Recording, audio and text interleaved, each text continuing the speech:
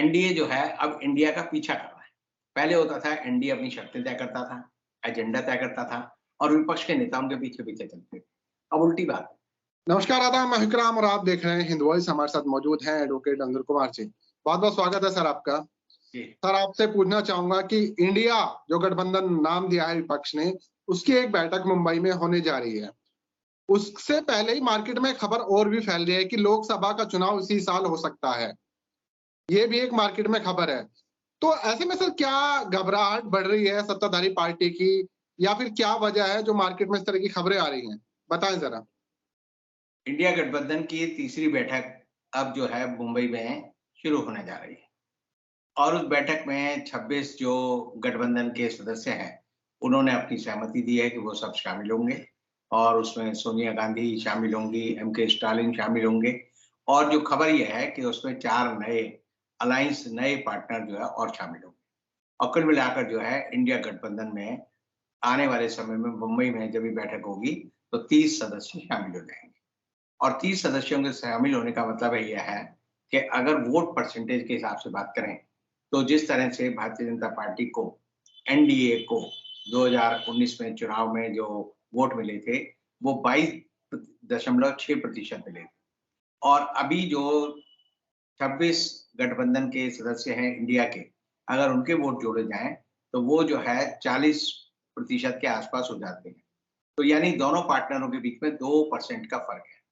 और 2% के फ़र्क में अगर ये 4 नए दल और जो शामिल हो जाते हैं, तो आप समझिए कि इंडिया के जो स्वाभाविक पार्टनर हैं, उनके वोट प्रतिशत जो है, वो एनडीए के 42.6% से ज़्यादा हो जाता है। और ये ज़्यादा होने का मतलब ये है कि अगर आंकड़ों के हिसाब से सेफोलॉजिस्ट जो होते हैं, जिन्हें हम कहते हैं चुनावों के विश्लेषक होते हैं, जो सेफोलॉजी करते हैं, लोग कहते हैं जी हमने सर्वे किया है। आप खूब सर्वे देख रहे होंगे, अलग-अलग जगह सर्वे आएँगे कि अगर आज के दिन चुनाव हो जाए तो इतने परसेंट मिलेंगे, आज के दिन ये हो जाए तो क्या कितने प्रतिशत मिलेंगे। एक सर्वे एनडीटीवी ने किया कि अगर आज वोट पड़े तो एनडीए को कितने मिलेंगे और इंडिया को कितने मिलेंगे, या राहुल गांधी कितने प्रसिद्ध हैं और मोदी जी कितने प्रसिद्ध हैं। तो आप देखिए धीरे-धीरे हर सर्वे में एक बात साफ है कि एनडीए गिराव पर है, एनडीए नीचे जा रहा है और इंडिया जिस गठबंधन को अपोजिशन ने अपना नाम दिया है, वो ऊपर जा रहा है। उसके वोट बढ़ रहे हैं, उसकी स्वीकार्यता बढ़ रही है, उसके नेताओं में लोगों का विश्वास है और राहुल गांधी के बारे में जो ये था कि उनकी कितनी लोकप्रियता है, तो वो भी जो है 19% से बढ़कर 1 महीने में जंप करके 29% हो गई। अगर आप इसे आंकड़ों के हिसाब से समझना चाहें, तो 19% में 10% जुड़ने का मतलब ये है कि उनकी कुल लोकप्रियता में 50% से ज़्यादा की वृद्धि हुई है। तो 50% से जिस तरह से वृद्धि हो रही है, ये जो लोग नहीं जानते, कम बुद्धि रखते हैं, उनके लिए ऐसे है जैसे जो हाथी का बच्चा होता है और चूहे का बच्चा होता है। 3 दिन के हाथी के बच्चे का वज़न जो है 100 किलो बढ़ जाता है और 3 दिन के चूहे का वज़न जो है वो 14 ग्राम बढ़ता है। तो अगर इन दोनों चीज़ों को देखेंगे, तो राहुल गांधी का जो वज़न है वो हाथी के बच्चे की तरह बढ़ रहा है और मोदी जी का वज़न जो है वो चूहे की तरह का हो गया। तो अगर इन दोनों की तुलना करेंगे, तो इंडिया का प्रतीक जो है हाथी है और एनडीए का प्रतीक जो है चूहा है। और अगर इन दोनों को ये जो अंधभक्त हैं, वो अपने को बड़ा संतुष्ट कर सकते हैं कि भई चूहा जो होता है वो गणेश जी की सवारी होता है, विघ्न हरता है वो, उनकी बड़ी पूजा होती है, ये कह सकते हैं। लेकिन वास्तविकता ये है कि चूहा चूहा है, हाथी हाथी। अब एनडीए में घबराहट का ये रुतबा है कि जब बैंगलोर में एनडीए की बैठक हो रही थी, तो इंडिया की बैठक हो रही थी, उसी समय मोदी जी ने एक बैठक दिल्ली में की और उसमें ज़बरदस्ती ताबड़तोड़ ऐसे दलों को भी शामिल किया, 12 दलों को, जो चुनाव में जिनके पास कोई वोट नहीं था, चुनाव में जिनके पास कोई सीट नहीं थी, सिर्फ नाम के वो दल थे। तो एक तरह से अगर 38 में से 12 दल आप कम कर दो, तो वहाँ कितने दल बचे? 26। और जो बैंगलोर में मीटिंग हो रही थी, वहाँ कितने दल थे? 26 थे। तो दोनों को अगर मिला लिया जाए, तो आज जब 4 नए दल एनडीए को छोड़कर या जो अपना समर्थन इंडिया को दे रहे हैं, तो वहाँ 30 हो जाते हैं। तो एक बात साफ है कि इंडिया का जो रुतबा है, पूरे देश में बढ़ रहा है। आपने एक चीज़ और नोट की होगी, मोदी जी अब पिछले दिनों से 15 अगस्त के बाद भी पार्लियामेंट में जो उन्होंने भाषण दिया, वो अब इंडिया शब्द का इस्तेमाल नहीं करते। वो कहेंगे नया भारत है, भारत अभी 20 मना रहे हैं, G20 के साथ उन्होंने B20 का भी एक नारा दिया है, तो वो भी उसमें भी वो कहते हैं भारत 20। तो इंडिया शब्द से मोदी जी तब परहेज करने लगे हैं कि वो चाहकर भी नहीं चाहते कि इंडिया के बारे में कोई बात उनकी जुबान पर आए। और इसका मतलब ये है कि उनके दिमाग में इंडिया शब्द को लेकर एक खौफ बैठा हुआ है। दरअसल जो जिस व्यक्ति ने भी इंडिया नाम रखा और जिस तरह से उन्होंने कहा कि हमारा इंडिया का ये मतलब है, उसके बाद जो भगदड़ और जो एक तरह से आप देखिए कि प्रीएम्प्टिव जो डर है, वो एनडीए के नेताओं में बैठ गया। एनडीए का कोई नेता इंडिया का नाम नहीं लेता। अब आप हो सकता है एक दिन वो कर दें कि आप जो है भारत गणराज्य लिखेंगे अपने पासपोर्ट पे, उसमें इंडिया पासपोर्ट नहीं लिखेंगे या और इस तरह की बात हो सकती है।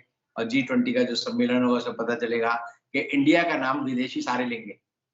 पुतिन आएँगे या उनका प्रतिनिधि होगा सरगोई, तो वो भी लावरोव जो है वो भी नाम लेगा। शी जिनपिंग आएँगे वो भी इंडिया का नाम लेंगे। अमेरिका के राष्ट्रपति जो बाइडेन आएँगे वो भी इंडिया का नाम लेंगे। जस्टिन ट्रूडो कनाडा के आएँगे वो भी इंडिया का नाम लेंगे। सिर्फ मंच पर एक आदमी होगा जिसकी ज़बान से इंडिया शब्द नहीं निकलेगा और वो हर आदमी बता सकता है वो आदमी कौन होगा। वो आदमी होगा नरेंद्र मोदी।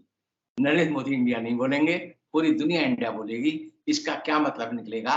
इसका मतलब निकलेगा कि 19 देशों के राष्ट्राध्यक्ष इंडिया का समर्थन कर रहे हैं और हमारा जो प्रधानमंत्री है, वो इंडिया शब्द बोलने से हिचक रहा है। तो मोदी जी के कान में हर समय जो है, इंडिया शब्द का नाम आते गूंजने लगते हैं और वो बड़े परेशान हो जाते हैं कि मैं क्या करूँ? और इसीलिए जैसा कि आपने कहा, अभी ममता बनर्जी ने कहा कि हो सकता है कि दिसंबर में चुनाव हो जाए। मोदी जी 2 चीज़ों से बड़ा डरते हैं। मोदी जी एक तो डिबेट से बड़ा डरते हैं, वो कभी डिबेट नहीं करेंगे। दूसरा वो प्रेस कॉन्फ्रेंस से बड़ा डरते हैं और तीसरा अब उनका डर हो गया है जनता के साथ जाकर पब्लिक रैली में भाषण देना। जिस तरह से हेड ऑन कोलिजन होता है ना, 2 गाड़ियाँ आई और आमने-सामने से टकरा गई, तो पता चल जाता है भई किसमें कितना है। जो मीडिया वाले हैं वो भी बनाते हैं, छोटी-छोटी विंडो बना लेते हैं, उसमें दिखाते हैं 4 प्रवक्ता इधर है, 4 प्रवक्ता इधर है और बताते हैं जी ऐसे-ऐसे इतने लोग इधर इतने लोग इधर। अब इंडिया और एनडीए दोनों के बीच में पहले ही एक बार मीटिंग हो चुकी है, अब दूसरी मुंबई में हो रही है और हम देख रहे हैं कि सुनील तटकरे जो कि एनसीपी से एनसीपी के एमपी थे, जो अब जो है अजीत पवार के गुट के साथ हैं। उन्होंने आज कहा कि हमने तो 1 सितंबर की डेट पहले ही तय कर ली थी।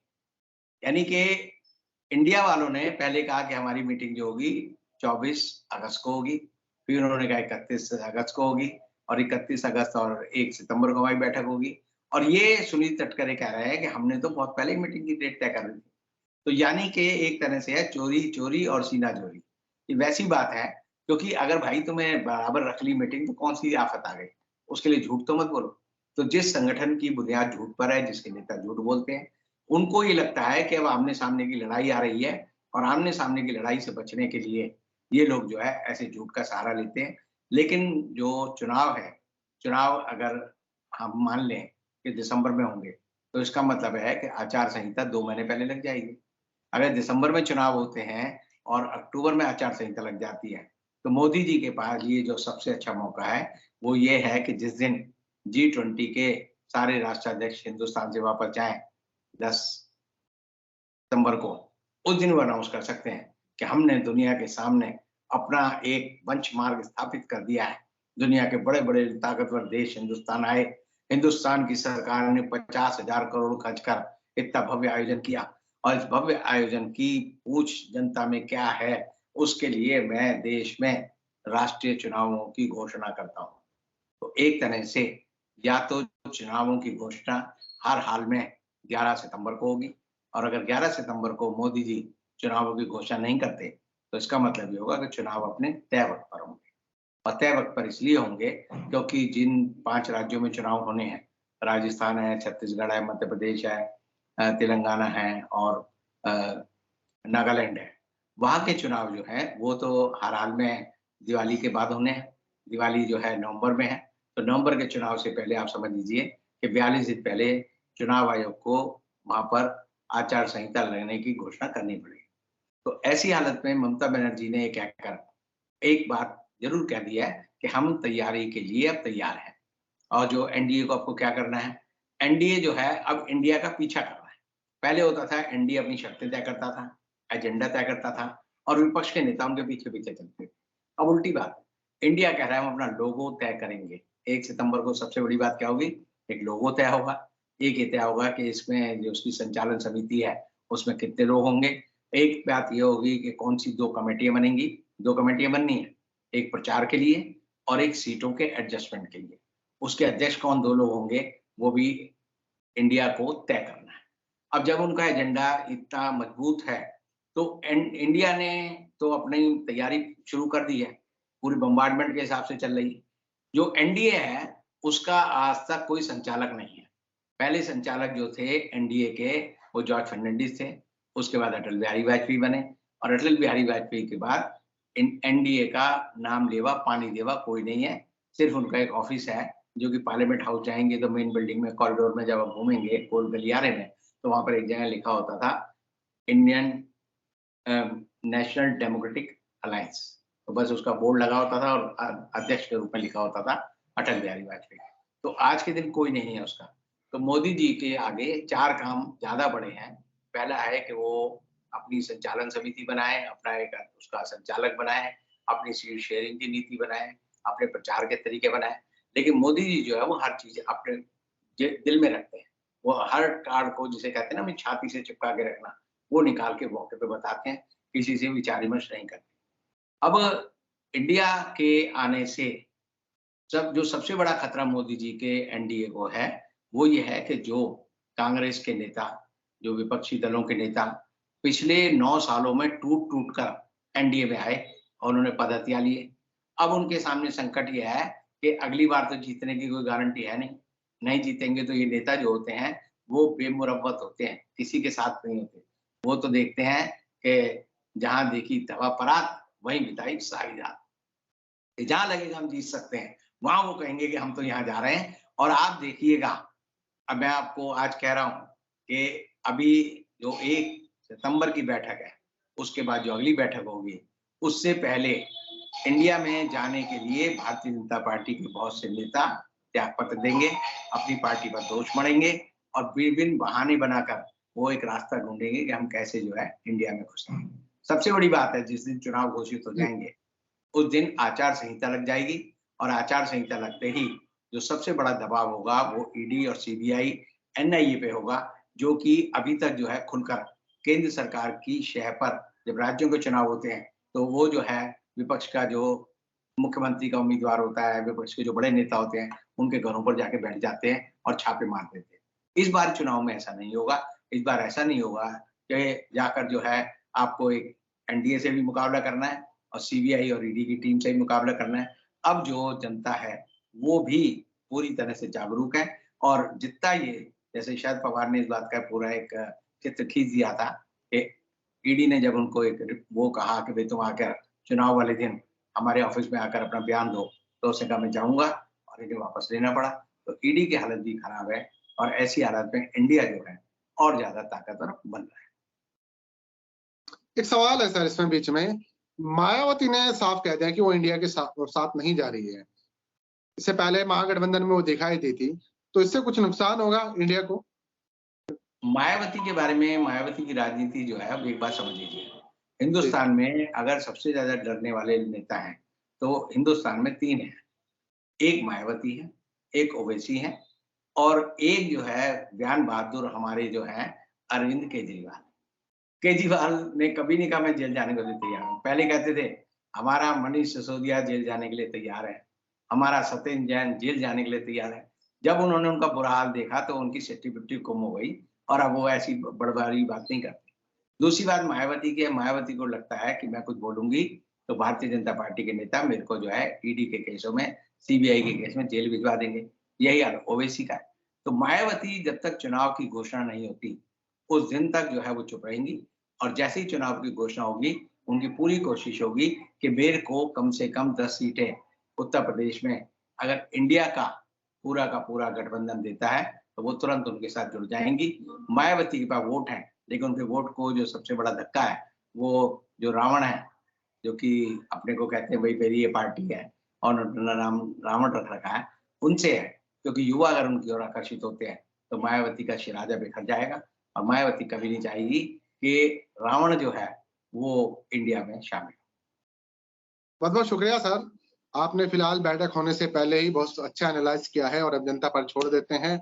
आप लोगों का जो कुछ कहना है नीचे कमेंट कीजिएगा। क्या इस साल चुनाव हो सकते हैं, ये भी कमेंट कीजिएगा। कल फिर रविंद्र से मुलाकात कराएंगे, तब तक के लिए दीजिए इजाजत।